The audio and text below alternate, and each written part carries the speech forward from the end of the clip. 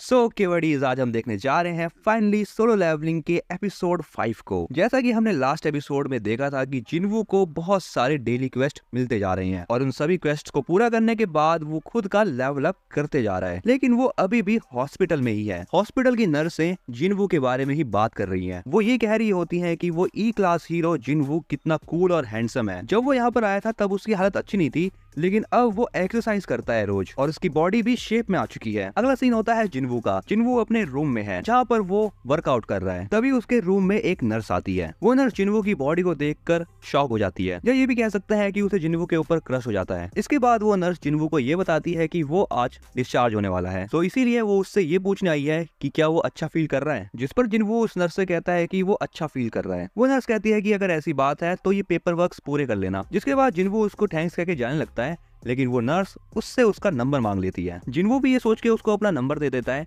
कि हो सकता है कि शायद फ्यूचर में कोई काम पड़े। इसके बाद अगला सीन जिन्वू के घर का होता है, जहाँ पर जिन्वू की बहन स्कूल जाने के लिए रेडी भी हो रही है और इसी के साथ वो न्यूज भी देख रही है। जिन्वू अपने रूम से बाहर आता है।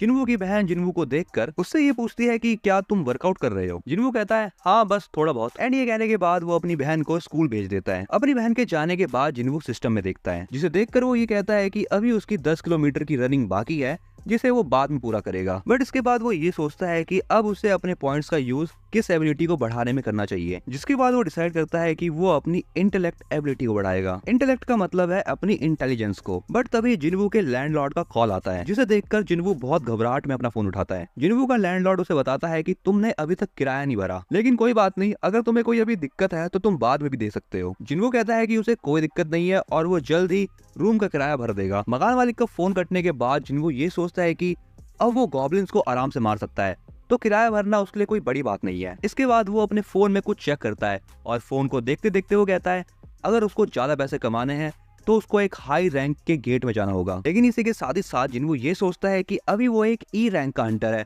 सो उसको एक हाई रैंक के गेट में जाने की परमिशन नहीं है। सो अगर उसको एक हाई रैंक के गेट में जाना है तो उसको अपनी रैंक बढ़ानी होगी। बट वो ये भी सोचता है कि अगर वो ऐसा करेगा तो सबके नजरों में आ जाएगा, क्योंकि रीअवेकनिंग एक रेयर चीज है और सबकी नजरों में आने का उसका मेन कारण ये होगा क्योंकि उसने आज तक किसी एक ऐसे हंटर को नहीं देखा जो कि लगातार अपनी रैंक को बढ़ाए जा रहा है। लेकिन तभी जिन्वू को एक मैसेज दिखता है, जिसे देखकर वो थोड़ा सा सरप्राइज हो जाता है। अगले सीन में जिन्वू उसी जगह पर जाता है जहाँ पर वो फर्स्ट एपिसोड में गया था, जहाँ पर वो डंगसुक नाम के आदमी से मिलता है। डंगसुक एक सी क्लास हंटर है और उसकी एक अच्छी टीम भी है। डंगसुक जिन्वू से कहता है तुम ई क्लास हंटर हो ना और तुम्हारा नाम जिन्वू है। जिन्वू कहता है हाँ मैं वही हूँ। तभी डंगसुक की टीम का एक आदमी कहता है अरे ये लड़का तो बहुत ज्यादा फेमस है और इसका एक फेमस नाम भी है, शायद वो है the world weakest Hunter. And ये कह के वो आदमी हंसने भी लगता है। डंगसुक इस चीज के लिए जिन्वू से माफी मांगता है और वो उससे कहता है मेरे टीममेट ऐसे ही हैं, तो इनकी बातों का बुरा मत मानना। इस पर जिन्वू ज्यादा कुछ खास रिएक्शन नहीं देता और वो कहता है इसमें कोई गलत बात नहीं है,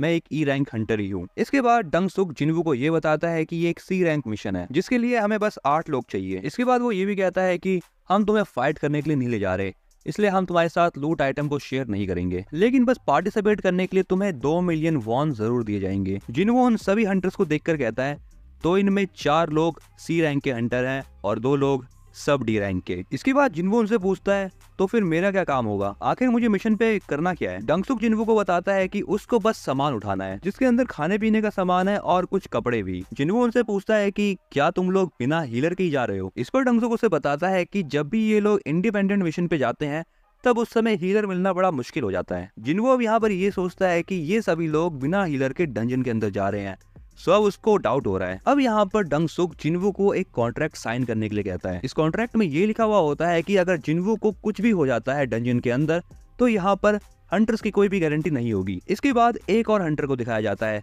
जो कि एक डी रैंक हंटर है, लेकिन उसके पास बहुत ज्यादा महंगे इक्विपमेंट्स हैं, यानी आर्मर और तलवार। जिन्वू उस हंटर को देखकर सोचता है कि ये पक्का अमीर घर से होगा। उस डी रैंक के हंटर का नाम है यो जिनहो। अब देखो बडीज, यो जिनहो नाम थोड़ा सा मुश्किल हो रहा है लेने में, तो मैं इसको अमीर लड़का बोलूंगा। एंड जब मैं अमीर लड़का बोलूँ तो तुम समझ जाना कि मैं यो जिनहो की बात कर रहा हूँ। वो अमीर लड़का जिन्वू से कहता है तुम चिंता मत करो, ये तुम्हारा फर्स्ट सी रैंक डंजन है ना, तो मैं तुम्हारी रक्षा करूंगा। अब इसके बाद ये सभी लोग डंजन में जाने के लिए रेडी हो जाते हैं। डंजन के अंदर जाते जाते ये अमीर लड़का बहुत सारी बातें करता है जिन्वू से। जिन्वू भी बस उसकी बातों को सुनते जा रहा है। अब अगले सीन में जैसे ही ये लोग उस गेट के पास पहुंचते हैं तभी उन सभी हंटर में से एक हंटर डंगसुक से पूछता है, तुम पक्का श्योर हो ना कि ये एक सी रैंक का डंजन है? डंगसुक कहता है, हाँ ये एक सी रैंक का डंजन है, क्योंकि हंटर एसोसिएशन वालों ने इसको 2 बार चेक करा है। उस गेट को देखने के बाद वो अमीर लड़का भी बोलता है, अरे ये तो बहुत बड़ा गेट है, क्या इसके अंदर जाना सही रहेगा? जिन्हों कहता है कि गेट के साइज से कोई भी फर्क नहीं पड़ता, उसके अंदर से आने वाली मैजिक पावर से फर्क पड़ता है, और उसी मैजिक पावर के बेसिस पर ही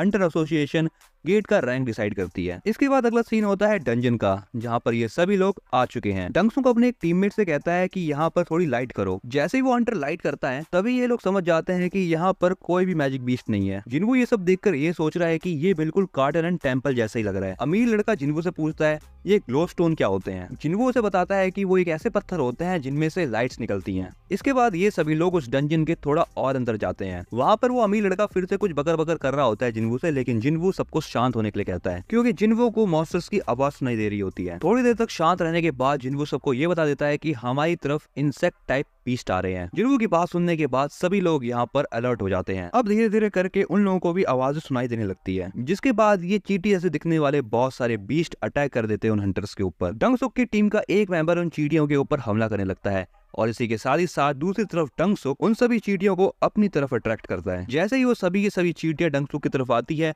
वो पहले वाला हंटर उन सभी चींटियों को मार देता है। इसके बाद डंगसुक बाकी हंटर्स को बची हुई चींटियों को मारने के लिए कहता है। ये सभी की सभी चीजों को देखकर जिन्वू पीछे खड़ा ये सोचता है, वाह यार ये तो बड़ा कमाल का टीम वर्क है। लेकिन इसी समय जिन्वू के पीछे से एक मॉन्स्टर आ रहा होता है। जिन्वू उस मॉन्स्टर को देख लेता है और अपने पैर से ही उस मॉन्स्टर को खत्म कर देता है। सारे के सारे मैजिक बीस्ट को मार देने के बाद डंगसुक जिन्वू को थैंक्स कहता है, क्योंकि जिन्वू की वजह से ही डंगसुक और उसके हंटर की टीम को ये बात पता लग पाई कि ये मॉन्स्टर आखिर आ कहां से रहे हैं। लेकिन इसी के साथ वो जिन्वू से ये बात पूछता है कि जिन्वू को ये बात पता कैसे चली कि ये मॉन्स्टर आ कहां से रहे हैं। जिन्वू कहता है बस उसे पता चल गया। इसके बाद अगला सीन होता है एक जिम का, जहाँ पर सभी लोग एक्सरसाइज कर रहे होते हैं, लेकिन तभी इन सभी को भूकंप के झटके महसूस होते हैं। लेकिन एक्चुअली में वहाँ पर भूकंप आया ही नहीं था। उसी फ्लोर के नीचे वाले फ्लोर में उन सभी हंटर्स का गिल्ड मास्टर यानी टाइगर ट्रेनिंग कर रहा था। इसके बाद अगला सीन होता है डंजन का, जहाँ पर वो अमीर लड़का जिन्वू के हालचाल पूछ रहा होता है। ये हंटर्स का ग्रुप डंजन के अंदर और ज्यादा आगे बढ़ रहा होता है, तभी इनको बहुत सारे जाले दिखते हैं। लेकिन जैसे ही वो लोग उस जाले वाले एरिया को पार करते हैं, तभी इन सभी को एक और गुफा दिखती है, जहाँ पर बहुत सारे माना क्रिस्टल्स होते हैं। इतने सारे माना क्रिस्टल्स को देखने के बाद डंगसुक कहता है,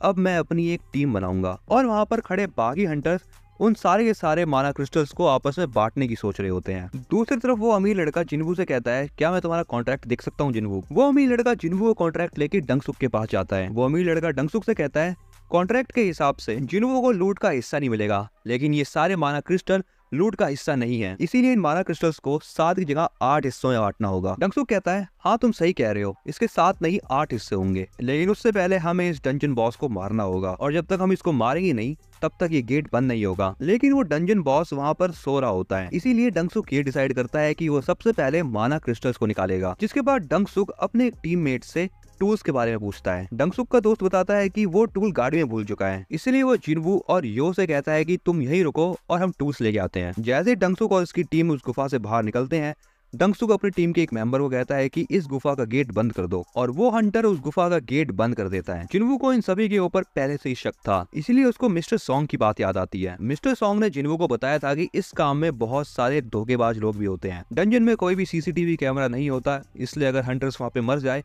तो उनके मरने का कोई एविडेंस नहीं मिलता। कोई भी ये बात पता नहीं कर सकता कि हंटर कैसे मरा। इसके बाद सीन होता है डंजन का, जहाँ पर जिन्वू और वो अमीर लड़का ये बात नोटिस कर लेते हैं कि वो बीस्ट जाग चुका है। वो अमीर लड़का जिन्वू से कहता है कि तुम पीछे रहना, मैं तुम्हें बचा लूंगा। लेकिन जिन्वू अपनी तलवार को निकालते हुए उस लड़के से कहता है, तुम पीछे रहो, मैं इसे संभालता हूँ। सो बडीज, अब ये स्टोरी यहाँ से इंटरेस्टिंग होती जा रही है। सो अगर तुम्हें इसके आगे के एपिसोड देखने हैं तो फटाफट से चैनल को सब्सक्राइब कर लो। और हाँ, अगर ये वीडियो तुम्हें अच्छी लगी है तो तुम पूरी की पूरी प्लेलिस्ट अपने दोस्तों के साथ शेयर कर सकते हो। इसी के साथ इस वीडियो को लाइक कर देना, और मैं मिलता हूँ तुम्हें अगले हफ्ते एपिसोड 6 के साथ। लेकिन तब तक के लिए तुम टोमोडाची गेम्स या फिर क्लासरूम विद एलिट देख सकते हो।